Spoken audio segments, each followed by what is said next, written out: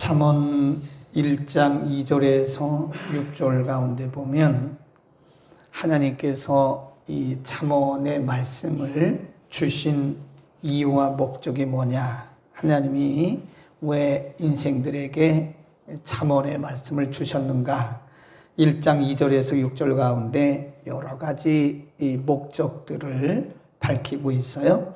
그 한마디로 말하면 위로 하나님을 잘 경외하고 아래로 사람들을 잘 섬기고, 그러니까 위로는 하나님과의 관계, 대신 관계, 아래로는 사람들과의 관계, 믿는 사람이든지 믿지 않는 사람이든지, 그래서 우리가 그거를 대인 관계, 그리고 무엇보다 중요한 것이 자신과의 관계입니다. 그럼 우리가 그거를 자아 또는 대자 관계라 그래요. 대신 관계, 대타 관계, 대인 관계, 대신 관계, 대인 관계, 대자 관계. 그래서 인간은 결국 관계성입니다. 이 관계가 제대로 이루어지지 않으면 사실 신앙도 그게 질서 있는 신앙이 아니고, 또 우리의 삶도 무질서하고, 또 자기와의 관계도 이게 온전치 못하면 그 인생이 온전한 것이 아니다. 그래서 우리가 새벽마다 이 지혜의 말씀을 듣는데요, 이 지혜의 말씀이 참, 이 잠언의 말씀이 굉장히 다양한 부분을 우리들에게 가르쳐 주세요. 근데 그것을 여벌로 한 귀로 듣고 한 귀로 흐르면 큰 의미가 없습니다. 그냥 들은 곳서 끝나는 거예요. 반드시 그 지혜의 말씀이 우리의 삶을 통해서 열매를 맺기 위해서는 행함이라고 하는 단계를 거쳐야 됩니다. 거기다 써놓으세요. 하나님의 말씀이 열매를 맺기 위해서는 행함이라고 하는 이 관문을 통과하지 않고는 어떤 경우도 하나님의 말씀은 열매를 맺을 수가 없다. 오늘 댁에서 집에서 이 말씀을 보시는 분들은요, 화면 아래에 이렇게 항상 매일 그날의 주제가 떠요. 그 주제를 제가 성경 본문에서 이렇게 잡아냅니다. 그 주제를 잘 이해를 하면 오늘 본문의 내용이 뭔가를 알 수 있어요. 오늘 본문의 전체적인 주제가 뭐냐면 은총을 얻는, 하나님께 은총을 얻는 삶의 지혜다 그랬습니다. 자, 먼저 지혜의 기원입니다. 22절에서 26절까지 보면 이 지혜는 언제부터 있었나? 22절, 여호와께서 그 조화의 시작 곧 태초에 일하시기 전에 나를 가지셨다. 23, 만세 전부터 그 말입니다. 그러니까 만세 전부터, 상고부터, 땅이 생기기 전부터 내가 세움을 입었다. 24, 아직 바다가 생기지 아니하였고 큰 샘들이 있기 전에 내가 이미 났다. 그러니까 한마디로 말하면 22절에서 만세 전부터 그랬어요. 땅이 생기기 전부터 내가 있었다. 그러면 이 지혜의 말씀의 기원이 언제냐? 창세 전부터예요. 창세 전부터. 그러면 이것은 우리에게 뭘 말씀하는가 하면, 하나님께서 이 세상을 창조하실 때 그 밑에 이제 나오는데요, 그냥 아무렇게나 창조하신 게 아니라는 거예요. 그 밑에 한번 보겠습니다. 그러면 창세전부터 지혜를 준비하신 하나님이 27절 시작, 그가 하늘을 지으시며 궁창으로 해면에 두르실 때에 내가 거기 있었고, 28, 그가 위로 구름 하늘을 견고하게 하시며 바다의 샘들을 힘있게 하시며 바다의 한계를 정하여 물로 명령을 거스리지 못하게 하시며 또 땅의 기초를 정하실 때에 내가 그 곁에서 있어서 그랬어요. 그러니까 이 지혜의 말씀의 기원은 언제냐? 창세 전부터다. 이 세상을 창조하시기 전부터 지혜의 말씀이 있으셨고, 그 다음에 창조와는 그러면 어떤 관계가 있느냐? 하나님께서 지혜로 세상을 창조하셨다. 우리가 창세기 1장에 보면요, 여호와께서 가라사대, 그 말씀이에요. 지혜의 말씀. 하나님이 가라사대 빛이 있어라, 그 말씀으로 창조하신 겁니다. 세상을 하나님이 태초에 말씀으로 창조하셨는데, 그래서 지혜는 세상을 만드시기 전부터, 이 지혜의 말씀은 세상을 만드시기 전부터 존재했고, 그 다음에 이 세상을 만드실 때도 하나님이 지혜로 이 세상을 만드셨다. 그러니까요, 우리가 여기서 반드시 기억해야 되는 것은 하나님이 세상을 그냥 아무렇게나 무질서하게 그렇게 만드신 게 아니에요. 하나님이 세상을 창조하실 때는 하나님의 지혜로 창조하셨기 때문에 여기 하나님의 창조 속에는 하나님의 계획, 하나님의 목적, 하나님의 의도가 다 있어요. 거기다 써놓으세요. 하나님의 창조에는 하나님의 계획과 하나님의 목적과 하나님의 의도가 있다. 그러니까 이 세상에는요, 우연이 하나도 없어요. 우연이 없습니다. 하나님이 세상을 창조하시기 전부터 지혜를 이 땅에 두셨고, 지혜가 있었고, 세상을 창조하실 때도 지혜로 창조하셨어요. 그러니까 그 어떤 것 하나 우리가 하나님의 관점으로 보면요, 모든 것이 다 질서가 있고 목적이 있고 계획이 있다. 그래서 우리는 이 세상을 이렇게 보면서요, 거기서 하나님의 지혜를 얻을 수 있는데, 우리가 그것을 일반 계시라 그래요. 이 General Revelation 그럽니다. 일반 계시. 이 자연을 통해서도 로마서 1장에 보면 하나님의 성품을 알 수 있어요. 한번 보세요. 로마서 1장에 보면, 그래서 사람들이 하나님의 존재를 부인할 수가 없습니다. 지혜로 세상을 창조하신 하나님이 모든 자연 만물 속에 하나님의 성품을 다 넣어두셨어요. 20절. 19절부터 읽을까요? 로마서 1장 19절부터 읽습니다. 시작. 이는 하나님을 알만한 것이 저희 속에 보임이라. 하나님께서 이를 저희에게 보이셨느니라. 창세로부터 그의 보이지 아니하는 것들, 곧 그의 영원하신 능력과 신성이 그 만드신 어디에? 만물에. 그죠? 그의 만드신 모든 만물에 분명히 보여 알게 되나니, 그러므로 저희가 핑계치 못할지니라. 그랬습니다.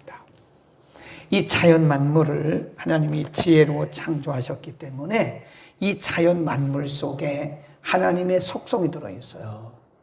그러니까 우리가 영적인 눈이 열리면요, 꽃을 보고 꽃의 아름다움을 찬양하는 게 아니에요. 하나님의 창조를 보는 거예요. 그러니까 일반인들은, 이 영적인 눈이 없는, 이 지혜가 없는 일반인들은 이 세상을 보고 아름답다라고 말을 해요. 그것도 맞죠. 그러나 우리 믿는 영적인 안목이 있는 사람들은 이 세상의 만물을 보고 그 속에서 하나님의 음성을 듣는 거예요. 그 속에서 하나님의 창조 섭리를 발견하는 거예요. 우리가 예를 들어서 자연 만물을 보고 아름답다 정도로만 끝난다면 우리는 아직 단계에 이르지 못한 거죠. 바다를 보고, 거기 보세요. 바다가 신기하지 않습니까? 29절에 보면 바다의 한계를 정하여 물로 명령을 거스르지 못하게 하셨다. 땅의 기초를 정하셨다. 그 신기하지 않습니까? 이 바다가 넘쳐보세요. 바다가 넘쳐가지고 그냥 이 나라를 덮치면 어떡해요? 근데 그렇게 안 하더라고요. 바다가 물론 밀물과 썰물이 있긴 하지만 그 지역마다, 근데 그 바다가 물론 이제 이 생태계가 파괴되고 기후 변화를 통해서 쓰나미 같은 것이 뭐 일시적으로 지역적으로 일어나긴 하지만, 그러나 전반적으로는 하나님께서 딱 정해 놓으셨어요. 한계를. 그래서 서해는 서해대로, 동해는 동해대로, 거기 그렇게 멈춰 있는 거예요. 네. 하나님이 이 세상을 만드실 때에 그렇게 지혜로 만드셨기 때문에 우리는 일반적인 은총, 일반적인 계시를 통해서 이 자연 만물을 통해서 하나님의 음성을 들을 수 있어요. 이 자연 만물에 하나님의 목적과 하나님의 계획과 하나님의 의도가 있다는 사실을 알아야 돼요. 그래서 사실 우리 믿음이 좋은 사람들은요, 자연 보호도 해야 됩니다. 우리 너무 이원론적인, 그래서 영적인 것과 육적인 것을 아주 그냥 칼로 물베듯이 딱 갈라요. 이건 건강한 신앙이 아닙니다. 그건 성경적 신앙이 아니에요. 정말 기도하는 사람은 자연 보호해야 되는 거예요. 왜냐하면 이 자연이 하나님께서 만드시고 이 대자연 속에, 이 창조물 속에 하나님의 목적과 계획과 의도가 들어있기 때문에, 여러분 요즘에 날씨가 이렇게 변할 수가 있습니까? 요즘에 일본에 보니까 일본에는 갑자기 또 장마가 져가지고요, 2달 빨리 온다. 전 세계적으로 마찬가지예요. KBS TV에서요, 토요일 날 뉴스 끝나고 나서 세계는 지금이라고 하는 지구촌의 소식을 전해주는 생방송이 있어요. 그런 것 좀 보세요. 지금 세계가 어떻게 돌아가고 있는가를 거기에 있는 특파원들이 생생하게 생방송으로 보여줍니다. 시차를 극복하고 그냥 현지에서 생방송으로 연결해서 보여주는 건데요. 이 지구촌이 상당히 좁아요. 사실은 굉장히 작습니다. 우주는 넓은데 이 지구라고 하는 땅덩어리는 굉장히 좁아요. 근데 이 지구촌이 하나님의 창조 목적과 하나님의 지혜로 창조되어진 이 지구가, 물론 온 세계가 다 포함되지만 우리가 살고 있는 지구가요, 생태계가 하나님께서 정해놓으신 생태계가 파괴됐어요. 근데 그 손해를 누가 보느냐, 피해를 누가 보느냐, 우리가 고스란히 보는 겁니다. 고스란히 보는 거. 하나님께서 태양과 지구 사이에 막을 형성해 놓으셨어요. 이렇게 막. 이 태양빛이 우리에게 그냥 오면은요, 그냥 다 타 죽어요. 자외선 때문에 견딜 수가 없습니다. 그래서 하나님께서 대기권이라고 하는 이 상층부에 하나의 막을 형성해서 태양빛이 지구에 있는 동식물들을 한 번에 쏘지 못하도록 이렇게 막아 놓으셨거든요. 근데 인생들의 그 어리석은 것 때문에 이 지구가요, 이 하나님이 막아 놓으신 요거가 다 파괴됐어요, 이게. 그래가지고 햇빛이 그냥 들어오기 시작하는 거예요. 브라질 같은 그 밀림의 그 나무들이 사실은 굉장히 많은 부분에 있어서 지구촌에 있는 많은 부분에 그 해를 입히는 태양열로부터 우리를 보호해 주는 건데요. 밀림을 다 훼손시켜 버렸어요. 밀림을. 그러니까 더 이상 우리가 보호받을 길이 없는 거예요. 물론 하나님이 우리를 예수님 오실 때까지 우리를 지켜주시긴 하는데, 그래서 제가 말씀드리려고 하는 것은 하나님이 세상을 창조하실 때는요, 다 하나님의 계획과 목적과 의도가 있는데 인생들이 그 하나님의 계획과 의도와 목적을 다 파괴하는 거예요. 우리의 편리할 대로. 그래서 우리가 자연보호 우리가 할 수 있으면 하고요. 기도만 한다고 그 믿음이 좋은 거 아니에요. 말씀만 본다고 믿음이 좋은 게 아닙니다. 우린 종합적으로 이게 균형을 이루어가야 돼요. 예배만 드린다고 경건한 게 아닙니다. 자연보호도 해야 되고요. 우리가 할 수 있는 거 해야 됩니다. 여러분 가능하면 집에서 샴푸 이런 거 쓰는 것도 조금 줄이세요. 저는 작년인가 언제 한번 선포했잖아요. 그때부터 샴푸를 일절 안 씁니다. 그냥 세숫비누를 쓰든지 아니면 세탁비누로 머리를 감아요. 나 하나라도 이 수질 오염을 막아야 되겠다. 나 한 사람이라도. 내가 나 한 사람만 그런다고 그래서 수질이 나아지나? 아닙니다. 1,000만 명이 넘는 이 수도권에 있는 이 서울 안에 있는 1,000만 명이 넘는 사람들이 애기들 뺀다 그러면 한 800만 명? 그 이상이겠죠. 날마다 수질을 오염시키고 우리의 자연을 훼손하는 거예요. 우리가 이렇게 쓰는 것도 보면 일회용 얼마나 편하고 좋습니까? 일회용. 개념이 없는 거예요. 그냥 개념 없이 일회용 쓰고 일회용 만들어내고 그러는데 결국은 고스란히 우리가 다 피해를 보는 거예요.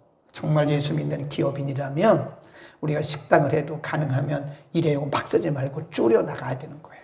우리도 쓸 때도 그거 쓰고 일회용이 아닌. 아멘. 신앙적인 것이 아니다 생각할지 모르지만 아닙니다. 하나님이 태초에 이 세상을 지혜로 창조하셨기 때문에 믿는 사람들이 자연 보호를 앞장서는 것은요, 보존이에요, 보존. 그걸 우리가 자연 보존이라고 그래요. 하나님 뭐라고 그래서 창세기 1장에 보면 생육하고 땅에 번성하라. 땅에 충만하고 다스리라고 그랬잖아요. 그게 다스린다는 말이 그냥 막 통치하는 걸 얘기하는 게 아니에요. preserve. 그래서 보존이라는 뜻입니다. 그래서 이 기독교 창조과학자들은요, 창조와 보존이라는 말을 많이 써요.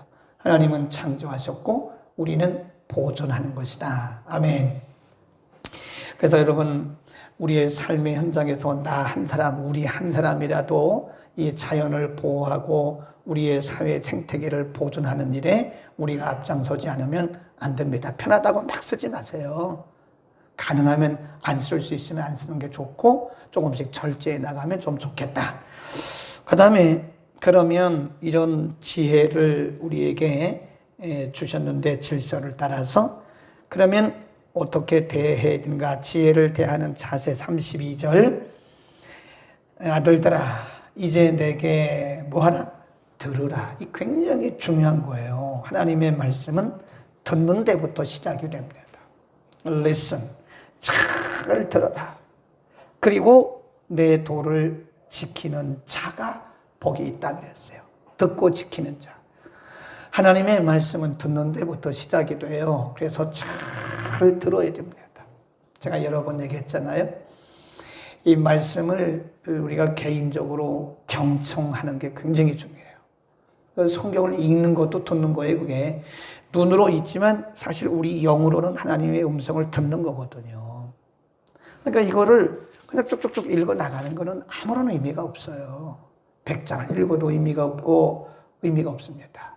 들어야 돼요. 하나님이 오늘 내게 주신 말씀, 내가 말씀을 묵상하고 내 말씀을 읽는 그 시간에 하나님이 내게 뭐라고 말씀하시는가. 내게 주신 하나님의 말씀을 듣지 못하면 사실상 그게 의미가 없어요. 그 다음에 우리가 이런 회중 예배에서도 설교를 잘 들어야 됩니다. 이 설교 듣고 시험 들으면 불행한 거라 그랬잖아요. 그 설교 잘못 들어서 그래요. 설교 잘 들어야 돼요. 네, 들더라고요. 듣는 사람들이 잘 들어야 되고 말하는 분도 잘 말아야 돼요. 그리고 현장에 나가서 이 말씀을 지켜야 됩니다. 거기 보면 33절에 훈계를 들어서 지혜를 얻으라. 여기도 보면 뭐예요? 듣는 것이 먼저입니다. 훈계를 들어서 지혜를 얻으라. 그것을 버리지 말라. 그 다음에 34 시작. 누구든지 내게 뭐하며 들으며. 여기도 세 번째 지금 듣는 말씀을 하고 있어요. 누구든지 내게 들으며 날마다 내 문 곁에서 기다리며 문설주 옆에서 기다리는 자는 뭐가 있다 그래요? 복이 있다. 지혜를 기다리는 거예요. 기다린다는 말은 뭐예요? 사모한다는 뜻. 사모. 네, 하나님의 말씀을 사모하라는 거예요. 이 지혜는요, 사모하는 자에게 더욱 분명해집니다. 그러니까 우리가 말씀을 개인적으로 이렇게 묵상할 때도요, 그냥 진도만 나가면 안 되고요. 정말 이 본문 속에서 오늘 말씀 속에서 내게 무엇을 주실 것인가 하고 기대하고 사모하잖아요. 그러면 분명히 보여요. 그리고 분명히 발견이 되어져요. 근데 사모하는 마음이 없으면 그냥 보통 그냥 흘러갑니다. 그러니까 우리에게는 사모하는 마음이 필요해요. 거기서 기다려라 그 말은 사모하라 그 얘기입니다. 나를 찾는 자들이 나를 만날 것이다 그런 말씀 하잖아요. 그러니까 단 한 장을 읽어도 한마디를 들어도 우리가 사모하는 마음으로 하나님의 말씀을 읽고 들어보세요. 그러면 분명히 하나님의 말씀이 들리고 하나님의 말씀이 보여요. 중요한 것은 우리에게 사모하는 마음이 없어지면 분명히 문제가 될 수 있는 것이다. 그러니까 이 시대의 사람들이 옛날 분들에 의해서 은혜를 왜 못 받느냐? 은혜 잘 못 받아요. 옛날하고 틀려요. 그 왜 그러냐? 마음판의 문제인 거예요. 옛날 우리 선배들, 우리 초대교회 어른들은 참 어려운 중에서도 얼마나 하나님의 은혜를 사모하고 얼마나 하나님을 사모했습니까? 근데 이 시대가 가면 갈수록 이 시대 사조가 그런 것도 있지만 우리의 생활이 넉넉한 거예요. 예. 옛날에 비해서 경제적으로 먹고 마시는 거, 입는 거는 넉넉해졌는데 거기에 반비례해서 영적으로는 굉장히 고갈되어 가는 것이다. 영적으로는 굉장히 배고픈 거예요. 여러분, 우리에게 이런 사모한 마음이 있기를 바라고요. 마지막 35절입니다. 굉장히 중요한 말씀을 하고 있어요. 35 시작. 대저 나를 얻는 자는 생명을 얻고 여호와께 은총을 얻을 것이다. 그러니까 은총, 하나님 앞에 존귀 여김을 받는다.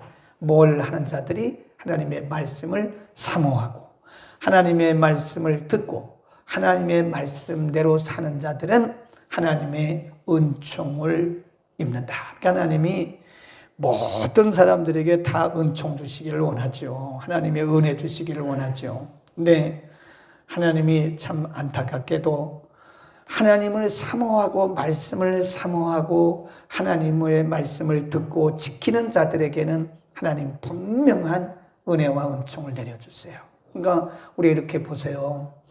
하나님께 존귀 여김을 받고 하나님의 은혜와 복을 받는 사람들을 보면 내 마음대로 살았는데 복 받은 사람이 있습니까? 그건 성경이 아니죠. 하나님의 말씀도 무시하고 하나님의 말씀을 순종하지 않고 하나님의 말씀도 듣지 않고 내 생각, 내 뜻, 내 마음대로 살았는데 뭐 다 잘 됐다. 그건 제가 볼 땐 그 잘 된 게 아니고요. 일시적으로 지금 어쩌면 우리의 눈을 가리기 위한 그 악한 세력들의 전략일 수도 있어요. 잘 될 수가 없습니다. 하나님의 말씀을 무시하고 하나님의 말씀을 멸시하고 하나님의 말씀을 떠나는데 그 잘 된 거예요. 그 잘 된 게 아니죠. 우리는 하나님의 말씀을 잘 듣기를 바랍니다. 그리고 그 말씀대로 지켜 행해야 돼. 우리의 생각과 우리의 경험이 앞서면 안 되죠. 기도하겠습니다. 거룩하신 우리 아버지, 날마다 우리들에게 지혜의 말씀을 먹여주시고 하루하루 우리에게 지혜와 지식과 명철의 말씀을 공급해 주심을 감사합니다. 우리는 누구든지 인간의 죄성을 가지고 태어났기 때문에 하나님의 말씀의 지혜보다는 내 생각, 내 경험을 앞세우려는 악한 속성이 있으나 우리에게 말씀을 늘 주시고 성령님 우리에게 감동하소서. 하나님의 말씀대로 살아갈 아름다운 마음과 믿음의 용기를 주시기를 간절히 원합니다. 오늘도 하나님의 말씀을 잘 듣는 자가 복이 있고 그 말씀을 간직하고 그 말씀을 지키는 자가 복이 있다고 말씀하시고 하나님의 은총을 주실 것을 약속하셨사오니 하나님 우리의 남은 생애가 우리의 생각과 우리의 경험대로 사는 것이 아니라 하나님의 말씀을 듣고 그 말씀을 지켜 행하는 복된 우리의 생애 되게 하여 주옵소서. 만물을 보면서도 하나님의 음성을 들을 수 있는 귀를 여시며 하나님의 음성을 볼 수 있는 영적인 눈이 열리게 하시고 만물 속에서도 하나님의 지혜를 얻는 예민한 영성들을 우리 모두에게 허락하여 주옵소서.